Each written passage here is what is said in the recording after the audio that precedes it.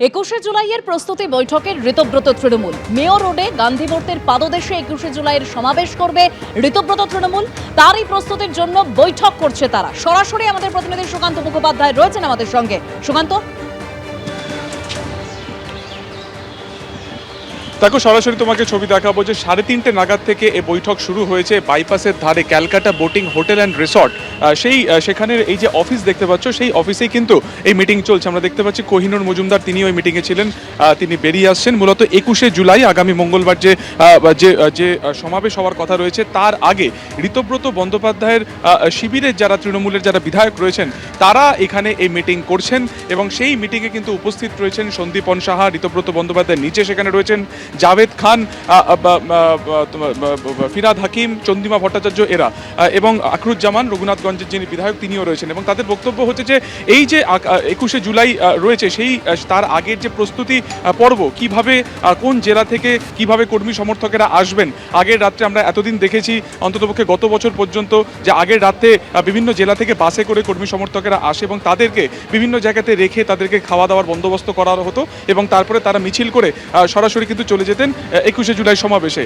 এবারে উদ্ভূত পরিস্থিতিতে দাঁড়িয়ে এই কিভাবে এই কর্মী সমর্থকদের আনা হবে, কোথায় তাদেরকে রাখা হবে এবং কোথায় তাদের থাকা খাওয়ার বন্দোবস্তের পরে সেখান থেকে তারা চলে যাবেন 21শে জুলাইয়ের দিনকে 12টার সময় মূল যে সভামঞ্চ সেখানে। তো সেই যে প্রস্তুতি পর্ব, সেই প্রস্তুতি পর্ব কিন্তু এই মুহূর্তে সেটা নিয়ে মিটিং চলছে। ওয়ার্কিং কমিটির যারা মেম্বাররা রয়েছেন তারা রয়েছেন এবং এই ওয়ার্কিং কমিটির যিনি চেয়ারম্যান অরূপ রায় তিনি রয়েছেন এবং তাদের উপস্থিতিতেই কিন্তু এই যে মিটিংয়ের যে শেষ মুহূর্তে যে প্রস্তুতি কিভাবে হবে সবটাই কিন্তু এই মুহূর্তে ঠিক হচ্ছে।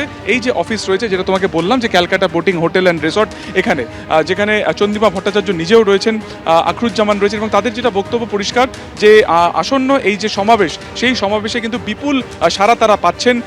যারা কর্মী সমর্থকেরা রয়েছেন তারা কিন্তু মুখিয়ে রয়েছেন এবং তারা এটাও বলছেন যে তারা এই যে নির্বাচন গেল, সেই নির্বাচনে এই যে হার তারা হেরে গিয়েছেন, সেখান থেকে দাঁড়িয়ে পরবর্তী সময় তারা মুখিয়ে রয়েছেন যে কিভাবে দলীয় নেতৃত্বের তরফে এই বার্তা তাদের কাছে যাবে, যেখান থেকে তারা চাঙ্গা হতে পারবেন বা তারা তাদের নিজের বিধানসভা এলাকাতে বা নিজের এলাকাতে গিয়ে কাজ করবেন। এই সব বার্তাই কিন্তু দেওয়া হবে 21শে জুলাই মঞ্চ থেকে। এবং প্রশ্ন করা হয়েছিল সন্দীপন সাহাকে যে মমতা বন্দ্যোপাধ্যায়কে তারা জানাচ্ছেন কিনা, আমন্ত্রণ জানাচ্ছেন কিনা, এ বিষয়ে কিন্তু তিনি কোনো কিছু বলতে চাননি। তার বক্তব্য পরিষ্কার যে তৃণমূল কংগ্রেস একটাই এবং সর্বদিক থেকে সেটা কিন্তু স্বীকৃত এবং এই যে মিটিং তারা করতে চলেছেন সেই মিটিংয়ে কিন্তু প্রত্যেকে সেখানে আসবেন। বাকি যারা এখনো পর্যন্ত কালীঘাটপন্থী তৃণমূলে রয়েছেন তারাও কিন্তু ইতিমধ্যে যোগাযোগ করছেন এবং এই যে আজকে যে মিটিং পর্ব সেটা 3:30 থেকে চালু হয়েছে এবং প্রায় এখন ঘড়িতে প্রায় 4:30 বেজে গেছে, অর্থাৎ 1 ঘন্টা ধরে এই মিটিং এখানে চলছে। এবং যেটা তোমাকে বললাম যে ঋতব্রত বন্দ্যোপাধ্যায়, সন্দীপন সাহা অর্থাৎ ঋতব্রতপন্থী যে তৃণমূল, সেখানে যারা জয়েন করেছেন, যে সমস্ত তৃণমূল বিধায়ক জয়েন করেছেন তারা কিন্তু এখানে রয়েছেন। কোহিনুরের সাথে একবার কথা বলুন, মিটিং কি চলছে? হ্যাঁ, মিটিং ওটা খুব ক্যাজুয়াল, যেরকম হয় প্রতিবার। কে আসবে, কে মানুষের সঙ্গে ওখানে করবে, স্টেজ কিরকম হবে, এই জাতীয়। কিছুক্ষণ আগে ফেসবুক লাইভ করেছেন, সেখানে বলেছেন যাদের যাওয়ার তারা 21শে জুলাই আগে চলে যেতে পারে। শুনিনি এখনো কি বলেছেন। আর যাওয়ার কি কেউ আছে নতুন? যাওয়ার বলছি সিবিআই এর ভয়ের জন্য চলে যাচ্ছে। যারা জেল খেটে এসছে, ইডি সিবিআই এসছে এবং মমতা দি অভিষেকের একটা নাম পর্যন্ত সেখানে গিয়ে বলেনি এত প্রেশার সময়, আমার মনে হয় তাদের ক্রেডিবিলিটিকে নিয়ে সন্দেহ করা আবার বন্ধ করা উচিত। অনুব্রত মণ্ডল 3 বছর জেল কেটেছে, মদন মিত্র 3 বছর জেল কেটেছে, গিয়ে একদিন মমতা বন্দ্যোপাধ্যায়, অভিষেক বন্দ্যোপাধ্যায়ের নাম বলেনি। তাদের ক্রেডিবিলিটি নিয়ে কোয়েশ্চেন করাটা ঠিক নয়।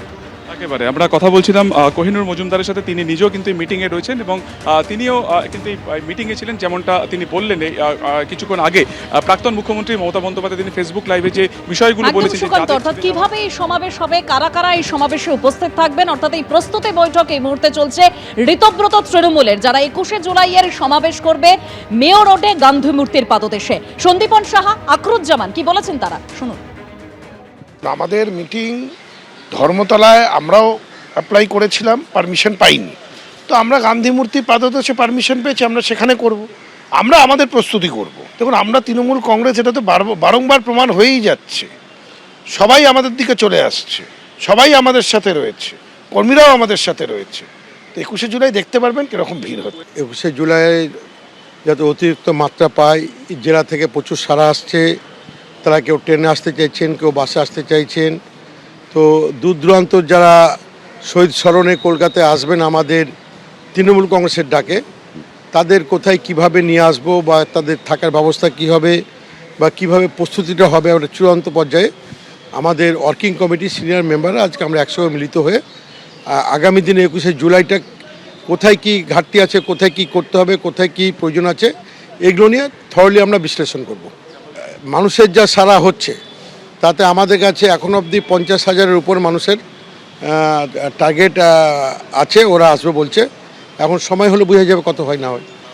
আমরা সমস্ত কিছু রাখছি, অতীতে যেভাবে তাদের থাকা খাওয়ার ব্যবস্থা ছিল, আমরা তৃণমূল কংগ্রেসের পক্ষ থেকে দূর দূরান্ত থেকে নর্থ বেঙ্গলের জেলাগুলো যার আগের দিন আসবে তাদের বিভিন্ন যাত্রী নিবাসগুলো যেখানে যেখানে আছে, আমরা ওটা নিয়ে আজকে আলোচনা করছি, কাকে কোথায় রাখবো, কোথায় কিভাবে তাদের ব্যবস্থা হবে, থাকার ব্যবস্থা হবে, এইগুলো নিয়ে আজকে মূলত আমরা সিনিয়র নেতৃত্ব বসবো। এবিপি আনন্দ, এগিয়ে থাকে, এগিয়ে রাখে।